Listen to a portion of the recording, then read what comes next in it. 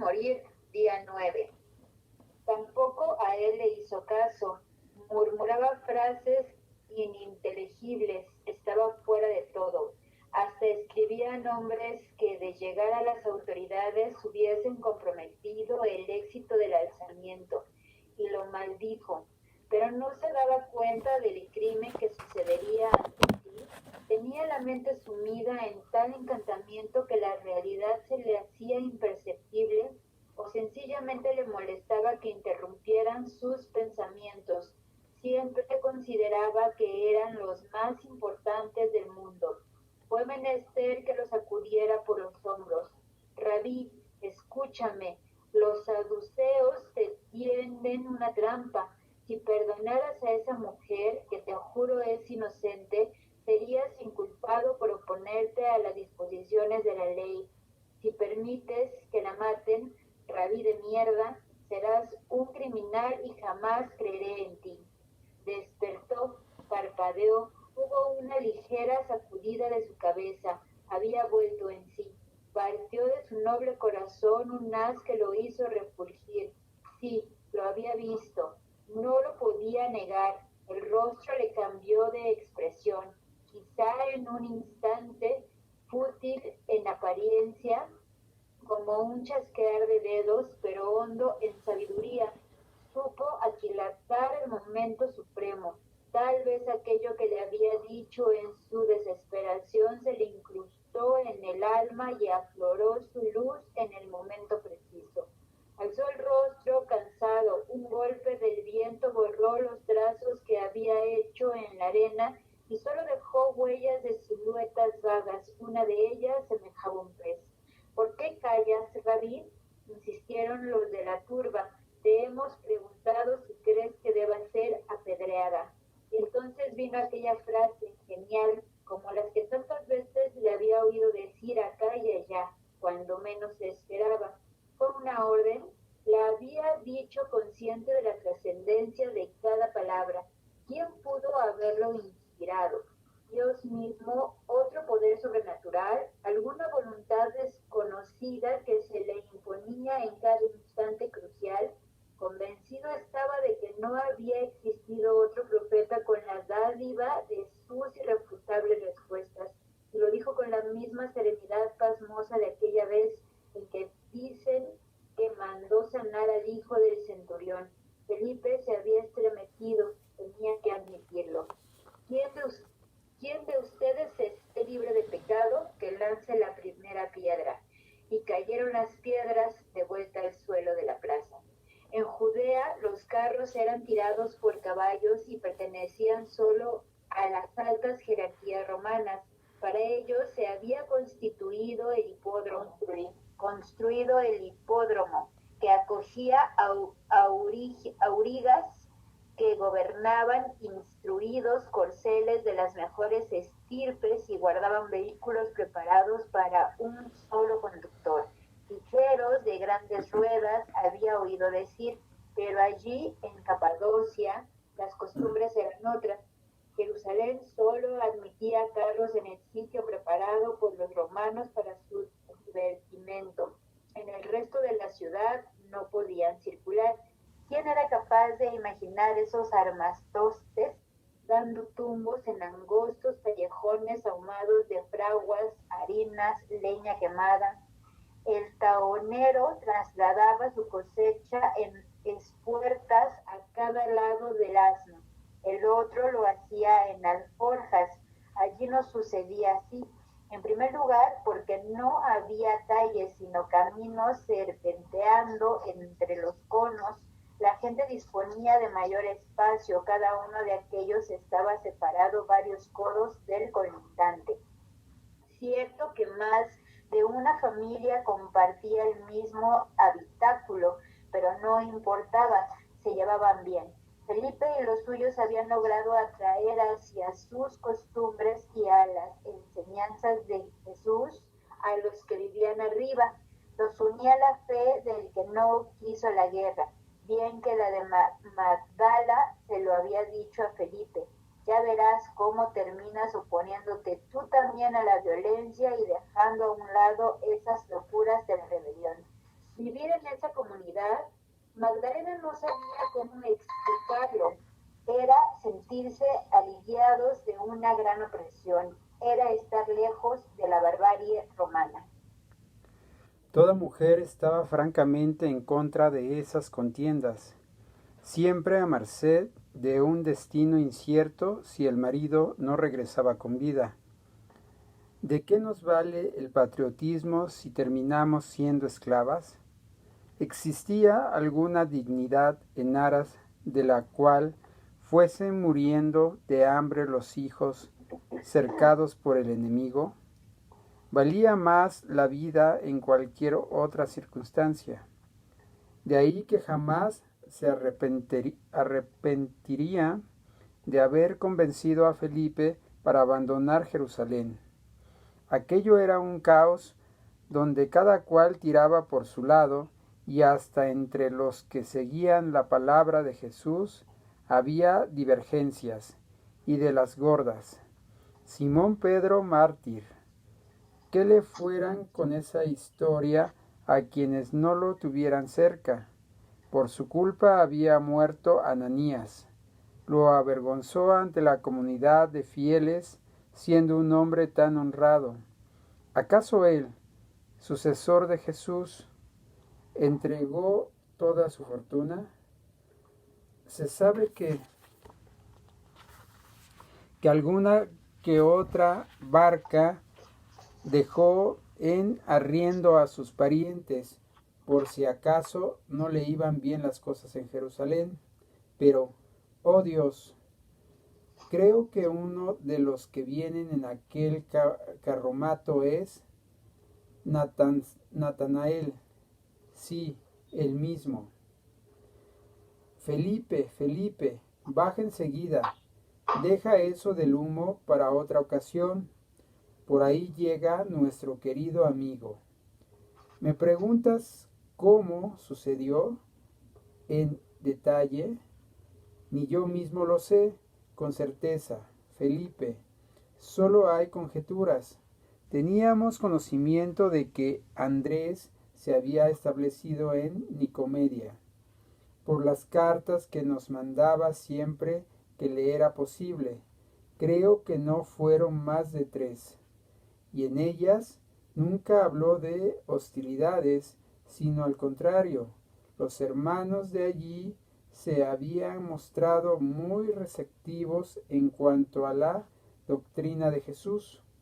Incluso habían edificado entre ellos una sinagoga que pronto recibió a todos. Quiero decir que, vamos, muchos gentiles se convirtieron al bien.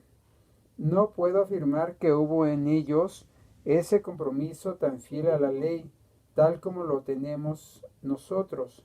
Pero, dime, hermano Felipe, ¿no resultan demasiado exigentes algunos preceptos para los que crecieron entre costumbres menos férreas? Sí, acabas de decir justo lo que tenía en mente. Se nota que compartimos el mismo punto de vista, pues, según nos escribía, todo iba de perillas a nuestro Andrés. En verdad había aprendido muy bien a trabajar en eso del proselitismo, a pesar de que, mientras estuvo con nosotros, junto a Jesús, durante aquellos 3 años nunca se destacó. Me refiero a que no mostraba el apasionamiento de Juan ni la agudeza de Tomás. Sí, ya sé que no rehuyó el peligro, ni flaqueó en los momentos difíciles, pero después de muerto Jesús, no pensé que volviese a unírsenos sinceramente. Por eso no niego que me sorprendiera su asistencia a nuestra decisiva cita de Pentecostés. ¿Recuerdas? Natanael hace una pausa y se queda observando las volutas de humo gris que ascienden por la oquedad que le sirve de tiro, llevándose al exterior los gases de la combustión. Pero, qué tonto soy.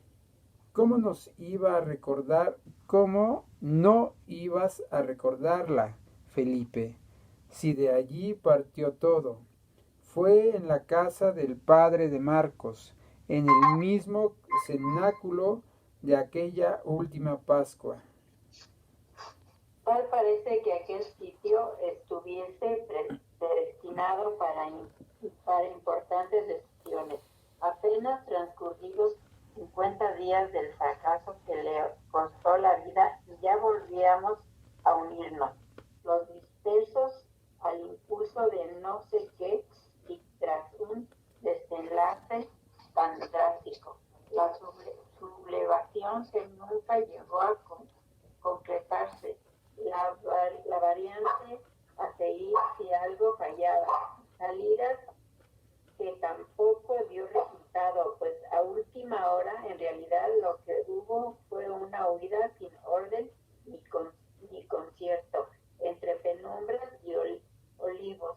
Sin embargo, allí regresábamos uno tras otro, cada cual con su cuota de temor estrujándole el alma.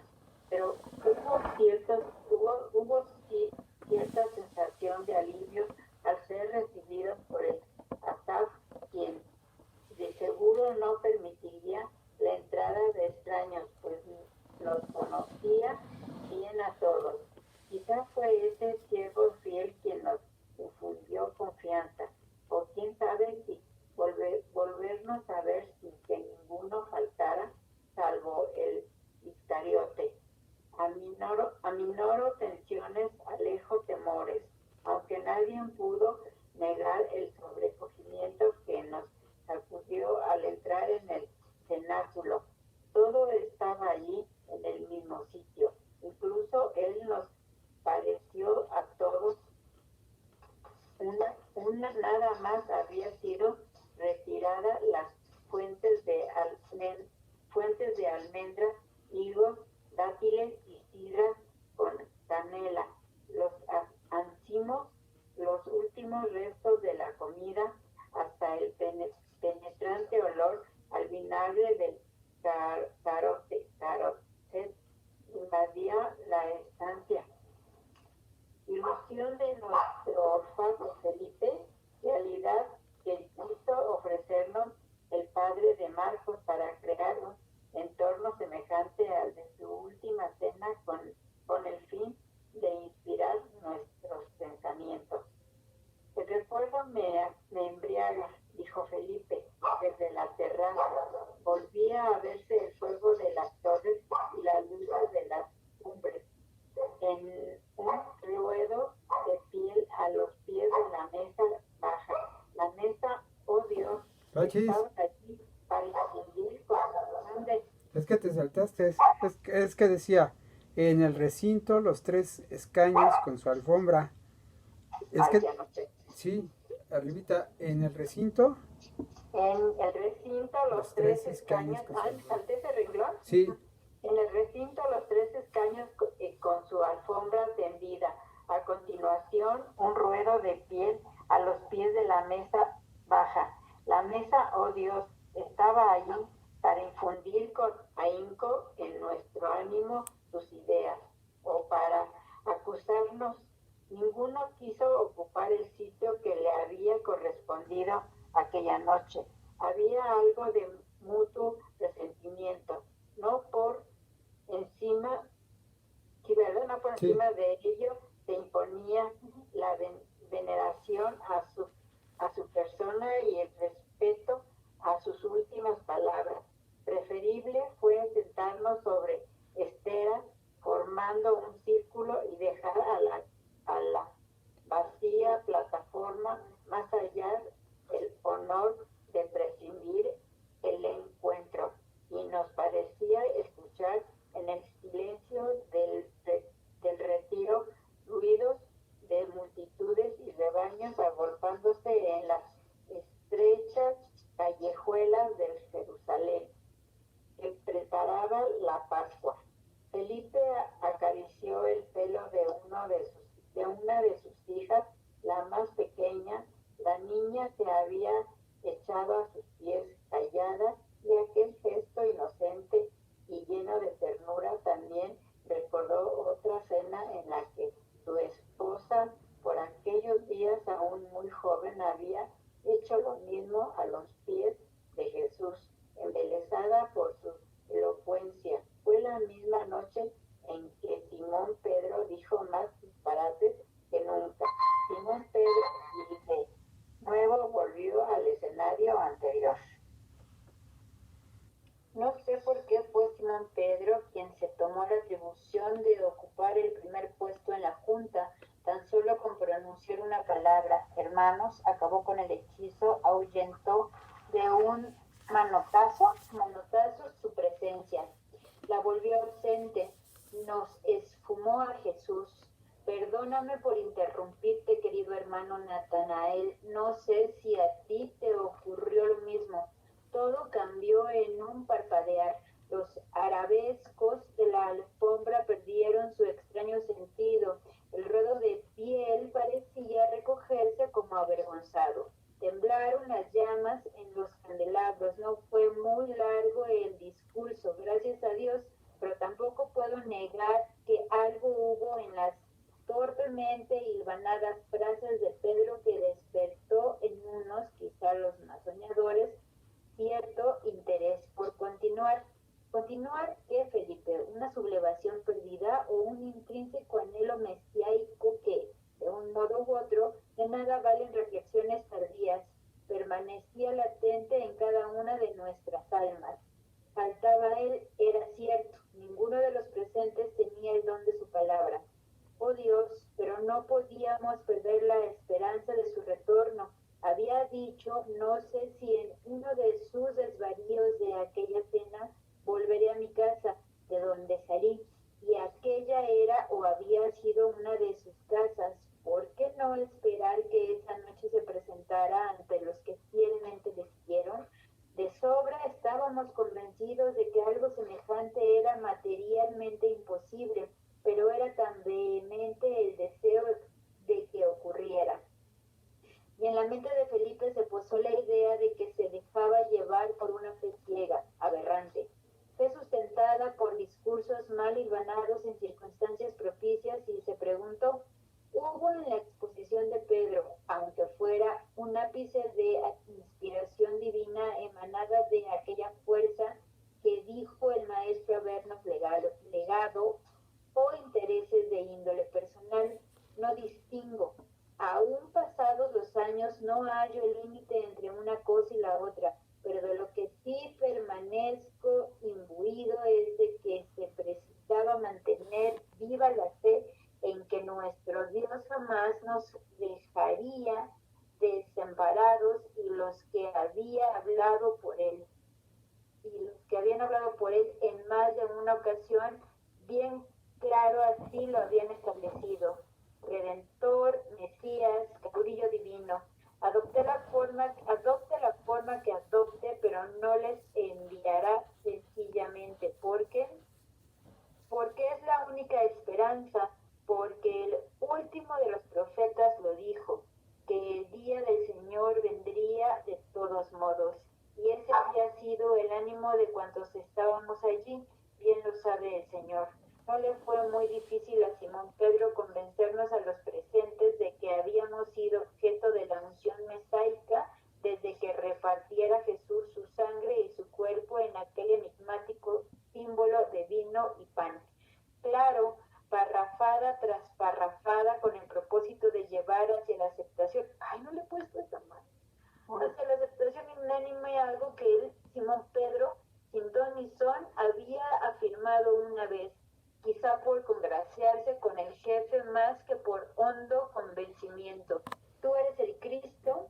Yo te digo si quieres, porque yo llevo el tiempo también. Por favor. Y eso me hizo recordar las palabras del propio Natanael en aquella ocasión al decirle que había hallado al Mesías en el hijo de un carpintero de Nazaret.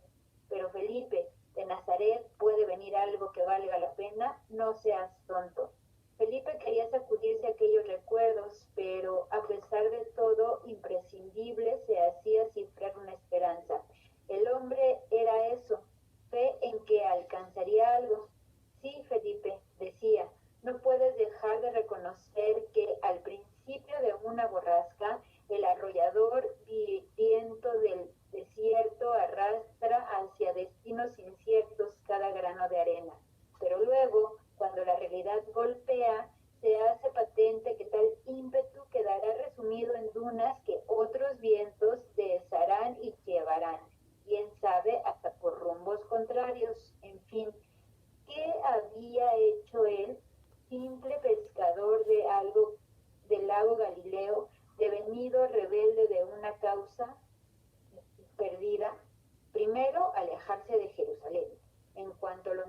obispo que quería decir apartarse de intrigas, asentarse con su esposa y sus hijas donde nadie supo ni sabe lo que allí había sucedido.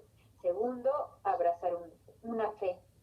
Sin ella su vida no tendría sentido, y narrar entre los pocos hebreos congregados aquí lo que había visto y lo que pensaba acerca de aquel a quien había tomado como ejemplo de pureza, a pesar de sus dudas y obviando ciertos pasajes, como el de la samaritana. Pero nadie es perfecto en la vida. Tercero, difundir el Evangelio, la buena nueva de la salvación tal como él había dicho que se hiciera. No le importaba si lo dijo para encubrir el alzamiento, si habían sido delirios de un afiebrado, sin desatinos que partían en su locura misma.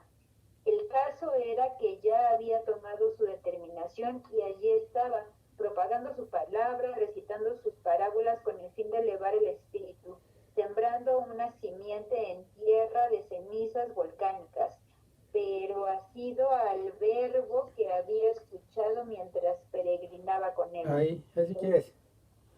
El recién llegado lo sacó del ensimismamiento y de allí partió la idea, hermano, quizá con el ánimo de reafirmarnos como hijos del pueblo que Yahvé había jurado no abandonar jamás. A ver, dime, Felipe, ¿qué argumento de suficiente solidez había para no aceptarlo como el enviado? ¿Que no acaudilló un ejército? ¿Que prometió la salvación a otros que no acataban las leyes de Moisés? Bien, pero no me negarás que descendía de David. Bueno, eso se dijo después. De sobra sabíamos que había nacido en Nazaret y no en Belén, pero el propio Juan, el del vado de Shinti, aquel que decía hablar por boca de Dios, lo señaló abiertamente y tú bien que lo oíste, porque estabas allí. He aquí el Cordero de Dios, que quita el pecado del mundo.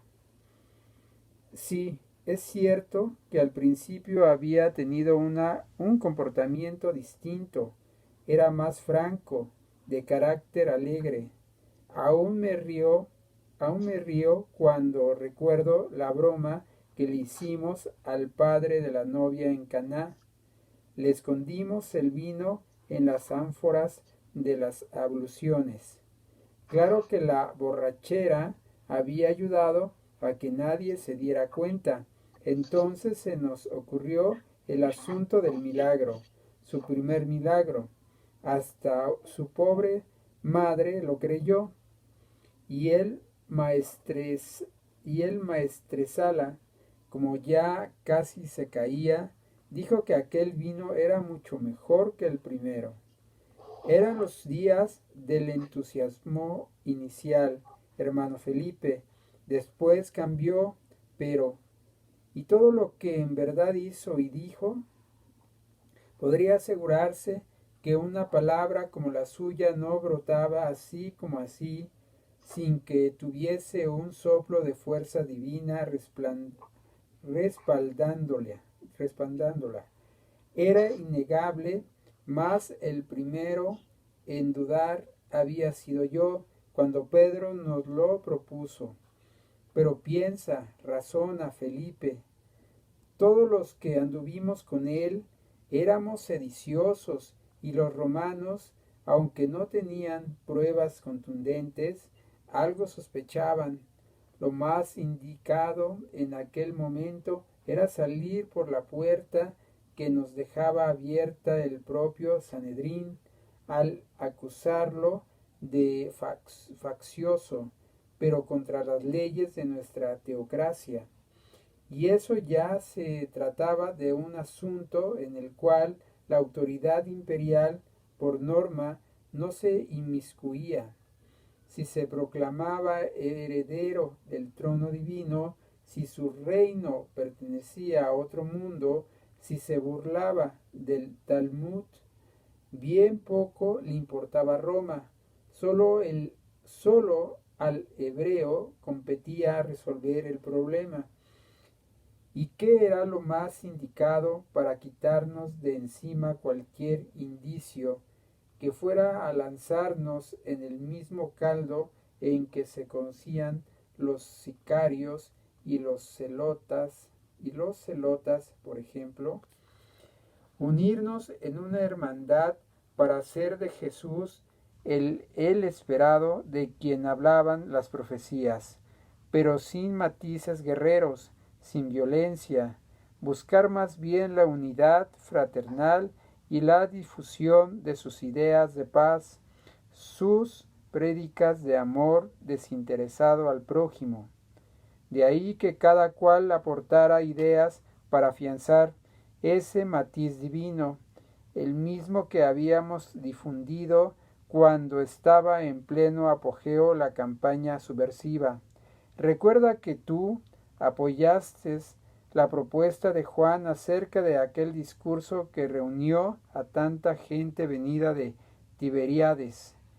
Y entonces a él se le ocurrió lo del milagro de los panes y los peces. No, querido amigo, no deja remilgos a un lado y habla del prodigio a los que aquí. Si alguno pasa por Antioquía, Efeso, Irene o visita alguna de nuestras congregaciones, comprobará que allí también se dice lo mismo. Eso aumentará su crédito en esta recóndita ciudad de cúpulas y picachos habitados por gente pobre. Pero, y aquí viene lo importante de la cuestión, este pueblo está en cruce hacia el Mar Negro y viniendo de él hacia Antioquía y el Mediterráneo, y hay algo evidente, hermano, con frecuencia recibes visitas de gentiles atraídos por lo que te oye decir acerca de Jesús. Te sugiero a propósito que comiences a llamarlo el Cristo. Te acercará más a los griegos de fortuna. En Gureme no todos los conos eran iguales, los había chatos como aplastados por el pisotón de un gigante, otros terminaban en cúpulas redondeadas por el capricho de alguna ignota fuerza interna o externa, preponderante en el momento de su formación. Se veían formas muy curiosas como aquella, la del pináculo terminado en dos puntas, cual si la roca hubiese sido dividida por un ciclópeo hachazo. En el pico de la derecha arriba, cerca de la aguda cima, un agujero rectangular se abría a manera de ventana o de respiradero, y en determinada circunstancia, quién sabe, resultaría un excelente punto de observación. Desde ahí se dominaba gran parte del valle. Se podía seguir el movimiento por el camino principal que atravesaba el pueblo y quedaba justo a menos de un estadio del montículo de albergaba a aquella familia procedente de Jerusalén, la cual al parecer acababa de recibir la visita de un viajero venido de muy lejos. A juzgar por el carromato que estaba allí, lo había traído uno de esos tirado por un buey, de los que tanto se veían en Tarso y que acostumbraban tomar los que llegaban a Capadocia en barcas desde Tiro o Sidón. Llegó hacia la hora sexta, Señor. Venía solo, traía bultos o todas luces con lo usual en estos casos. Ropa, vituallas para el viaje, entró en la, no sé si llamar cueva o madriguera de estos cucarachos de piedra, cucurucho de piedra, no se le ha visto salir. Saulo de Tarso se situó al lado de su ayudante para mirar también. ¿Estás seguro de que se trata del mismo que estuvo en Nicomedia, indagando por lo sucedido con Andrés? Completamente. Su cabeza casi rapada es inconfundible. No es Esenio, señor. Se trata más bien de una costumbre heredada. Todos los varones de su familia se cortaban el pelo así. No es otro que Natanael de Bethsaida, Julia. ¿Alguien más ha venido a la casa? No, señor. Quiero decir que nadie ajeno a la vivienda ha sido visto. Recuerde que otra familia ocupaba la parte alta. He permanecido muy al tanto de alguna visita extraña. Supongo que ese individuo descansará unas horas antes de seguir su viaje. Me parece lo más acertado, mi querido amigo. Haría falta saber de qué se habla, sobre todo cómo, si se menciona la muerte de Andrés. Recelos no faltarán, señor, por poco suspicaces que sean, la advertencia tuvo que haberles llegado. Como siempre, todo se ejecutó muy bien, ¿no es cierto? ¿No es cierto? ¿No es cierto? Todo se ejecutó muy bien. ¿Vemos el video o mañana? Como quiera. Pues es tu cumple, tú decides, maldita sea. No, pues una vez, échate